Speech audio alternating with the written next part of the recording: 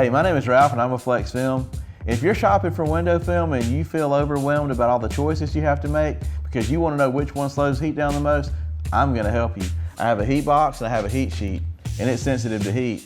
We're going to put a competitor's window film in front of our window film, and we're going to figure out which one slows down heat the best. Okay, now we're about to compare the Wincos ceramic tin with our Nanoflex ceramic tin. And let's see what happens. I've got the heat sheet super close to the glass so we can speed up the time that it usually takes so we can get through this video. Here we go.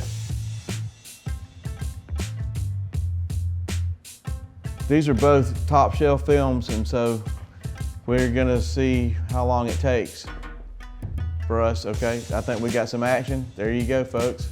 That's the one that's gonna let the heat through first.